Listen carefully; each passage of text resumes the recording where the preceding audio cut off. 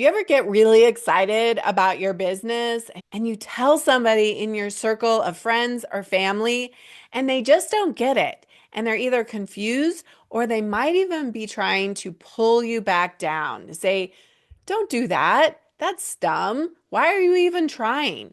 That's really hard. You're probably going to fail.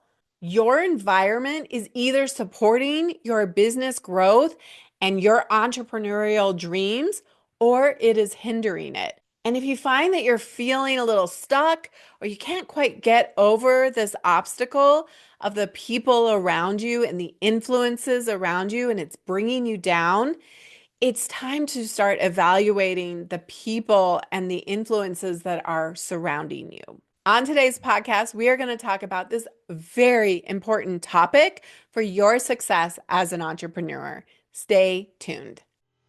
Welcome to Your Food Business Success. This podcast is for early stage entrepreneurs in the packaged food industry ready to finally turn that delicious idea into reality. I'm your host, Sari Kimbell. I have guided hundreds of food brand founders to success as an industry expert and business coach, and it's gotta be fun. In this podcast, I share with you mindset tools to become a true entrepreneur and run your business like a boss. Interviews with industry experts to help you understand the business you are actually in, and food founder journeys so you can learn what worked and didn't work and not feel so alone in your own journey. Now let's jump in. Welcome back to the podcast. I'm so glad you are here. And on today's podcast, we are talking about something that I don't think I've ever talked about, at least not directly. And I don't know why, because it is so important. We are going to talk about the company you keep, the people and the influences that you surround yourself with. Because these people, these influences, they are going to shape your mindset, your habits, and ultimately your success, or at the very least, the speed of your success. I definitely see in my own experience as an entrepreneur and many of my members, I see that when they surround themselves with other like-minded people who are on the entrepreneurship journey, who are in a positive mindset and working on supporting and lifting each other up, that you will get there so much faster. But it isn't just about the people. You know, there's this concept, it comes from Jim Rome, who's like an OG kind of personal development coach and mentor who's since passed away. But he had a quote that said, "You are the average of the 5 people you spend the most time with." And I think that there is truth to that. However, I think it goes beyond that. And I think that can be a little bit problematic. I mean, we're not numbers, we are people. And how do you have an average of a person? But nevertheless, I think it's still a good concept to kind of keep in mind, right? That who you are spending time with, including the things that you are putting into your brain, like the books you read, the social media you expose yourself to, and for how long, the podcasts, the other influences around you are going to make a really big impact on your success and on your ability to do the hard things that entrepreneurs need to do. If you are not accessing other entrepreneurs and people who have gone on this journey before you, you are only trying to build from your current knowledge base and the people around you. And if nobody's ever done it, you're missing out on huge amounts of information that are going to help you. You're also going to notice like your resilience will depend on the environment around you, the influence around you, and your standards. Like we need to raise our standards as entrepreneurs of what good enough looks like. And potentially the people and the influences that are surrounding you are not good examples of that. And I think I can illustrate this with a non-food example, but it's really powerful. Okay, so Let's say that you have been a smoker. And I will let you know that I was a smoker in my 20s, which seems bonkers to me now, but I can relate to this story really well. And you can just insert whatever whatever fits into your own life. But I think this is a kind of an extreme example that will illustrate my point. So let's say that you have been a smoker and you want to become a non-smoker. You no longer want to smoke. One of the hardest things is that you are probably surrounded by people who smoke. And it is the scariest thing to go and step outside of that, right? So your desire to become a non-smoker has to be stronger than the desire to conform and, be similar to the group that you're hanging out with. You probably are also surrounded by an environment that is conducive to smoking, right? Whether it's in your car and you have lighters and you have cigarette packs, you might even be influenced by advertising. I know you can't advertise a lot around cigarettes, but there's still you might have t-shirts that have brand names on them. You're probably going to seek out more of that stuff. And it has become a part of your identity, right? You have an identity as a smoker. And so you decide, I want to become a non-smoker. The hardest thing for people doing this, or whatever it is for you, right? To eat healthy or to start a business, you are going to now separate yourself from the group that you are familiar with. And I can tell you from experience that when I decided to become a non-smoker at 30, like literally on the eve of my 30th birthday, I was like, I don't want to do this anymore. I don't want to be a smoker. And immediately, a lot of my friends or some of my friends had to fall away. And it's not that I was like, get out of here. You can't hang around me. But I raised my standards, right? I now was like, I want to focus on my health. I want to feel better. I want to do activities that don't trigger that smoking urge, right? I'm not going to go to the coffee shop where we all hung out at the time when you could smoke inside. I'm not going to go to that coffee shop and get coffee and hang around all my smoker friends, right? Like, of course not.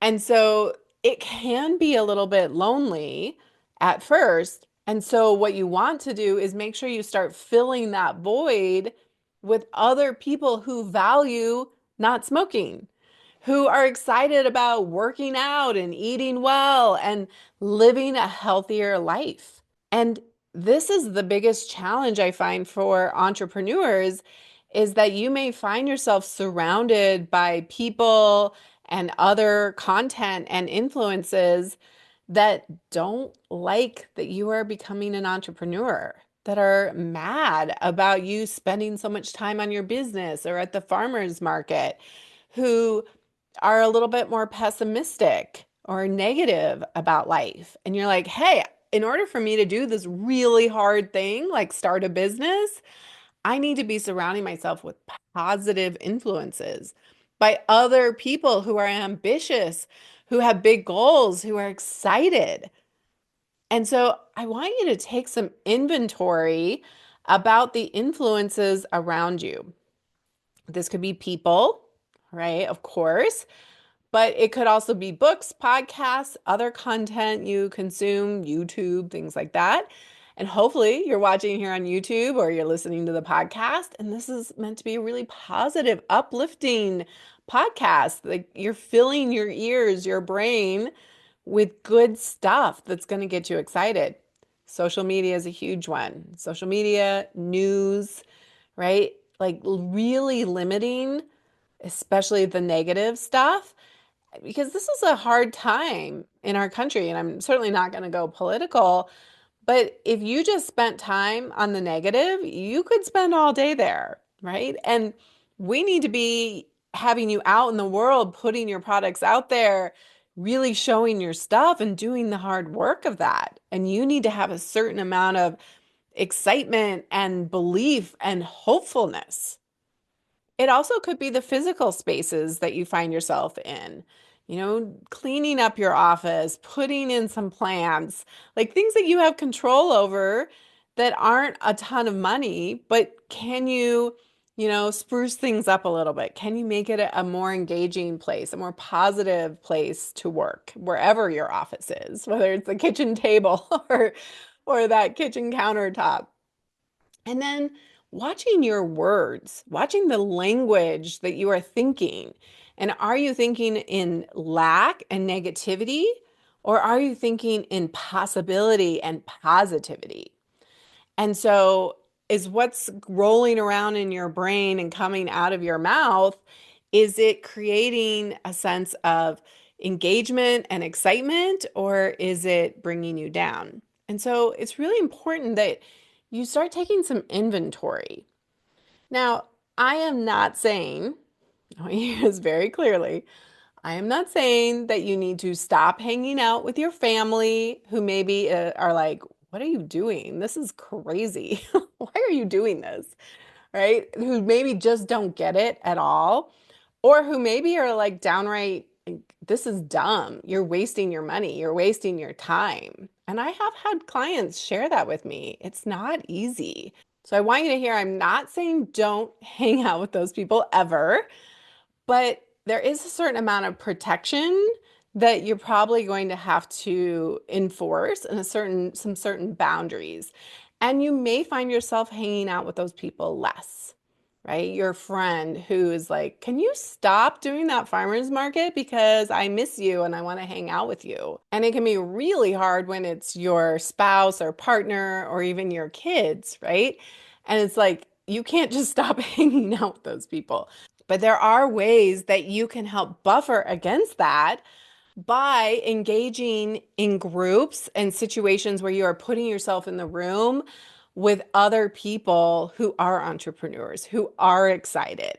I will tell you that my business radically changed when I put myself into the room with other entrepreneurs who were positive, who were excited, who were learning and growing.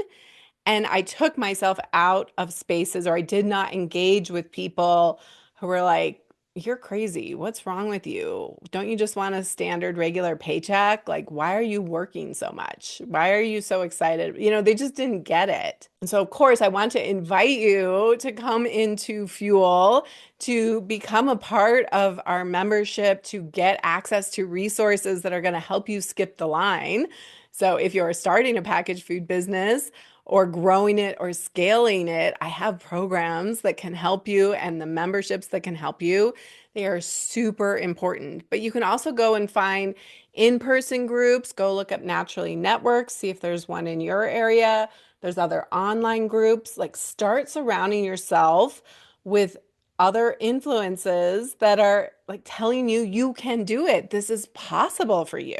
So here's your takeaways from today. I want you to audit your current environment. Start just noticing, who do I spend time with and how do I feel afterwards? Really start to notice and review the content that you consume regularly. Again, notice in your body, how do I feel after that? And I've talked about the model on a podcast, but basically your thoughts create your feelings that are going to generate the actions or inactions that you take. And if you notice that your feelings are generally ones that are more negative, that are more pessimistic, you're not going to take the action that is required of a successful entrepreneur. If you're still doing the hard thing, like putting yourself out, you're like, well, I did the 18 reels, but you do it from a place of negativity and hopelessness and why even bother, they're going to come out really different, and they're not going to attract people who are excited, who are aligned with what you are offering. I also want you to audit the language, the patterns, the beliefs that you are holding in your brain. Is it based on scarcity and not enoughness and negativity and why even bother and who am I to even try? Or is it based on, are you starting to change the language to be more positive, more belief in what's possible? Seek out entrepreneurial communities. Come join us in Fuel. Look for industry events, trade shows, other places where other entrepreneurs. And if there's no CPG specific, then go just find other networking groups. Go find positive places where people are hanging out.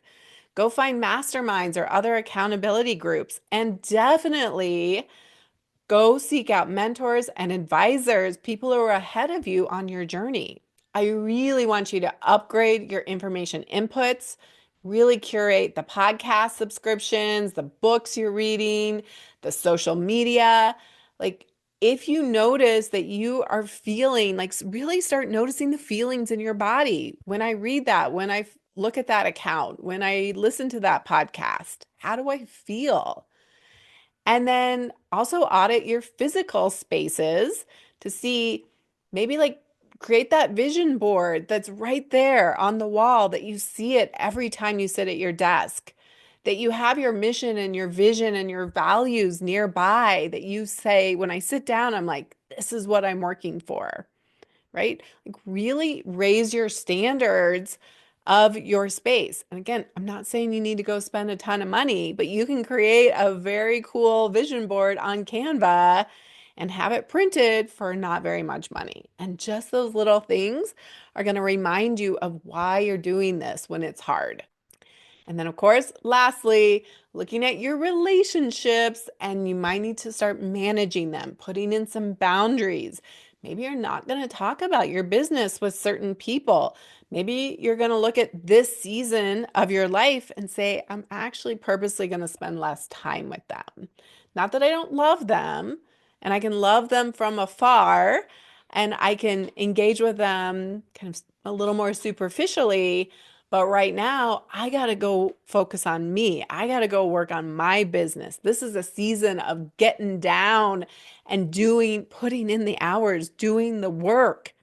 Because on the other side of that, when you are successful, of course, people will be like, oh, yeah, of course. Well, some of them will, some of them will not. And just like the smokers, you might end up having to cut off friendships or seriously reduce the amount of time that you spend with people. I think that we often will say, well, it's like I left them behind. Like, I wanted to grow, I wanted to become an entrepreneur, I wanted to go after some big goals, and they didn't. And now I feel like I left them behind, and we feel guilt about it. I want to offer a little different take on that. I heard this from a coach a long time ago, and it really resonates for me. You didn't leave them behind. They chose not to come with you. And that's okay. We can let them, right? In the words of Mel Robbins, we can let them. That's just where they're at. It's this particular season of their life and your life. It's not a match. You are on a new journey of growth. And you need to go surround yourself by people who are excited about that growth, who want to support you, who are uplifting. And those other people have a choice. They can come along, but if it's not their time, then it's okay to let it go for now or forever. And either way, it's all okay. And you can certainly feel your feelings, and you can handle your feelings of maybe disappointment, of sadness. I will tell you from personal experience, members of my family do not understand what I do, and they never will. And I can still love them. And sometimes I am disappointed that they're not more engaged or involved or like really want to know what I'm doing. But I will tell you, I'm also surrounded by amazing friends and colleagues and members in Fuel.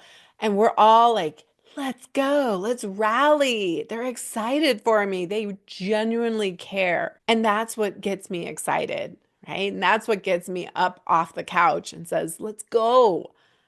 Let's go and do the hard things. Let's do the entrepreneurship thing. Let's become a CEO. Let's create a successful business. All right, that's what I have for you today. Take a little time to start thinking, like noticing, how do I feel when I engage with that person or that content? And start making some decisions to raise your standards. because that is the name of the game to become a successful entrepreneur. Start surrounding yourself with other people who are doing the same work, who are excited about it and lifting each other up. Until next time, have an amazing week. The smartest thing you can do as an entrepreneur is to invest in a who to help you with the how, to speed up your journey and help you skip the line. When you are ready for more support and accountability to finally get this thing done, you can work with me in 2 ways. Get me all to yourself with one-on-one business coaching, or join Food Business Success, which includes membership inside Fuel, our community of food business founders that includes monthly live group coaching calls and so much more. It's one of my favorite places to hang out, and I would love to see you there. Go to foodbizsuccess.com to start your journey towards your own food business success.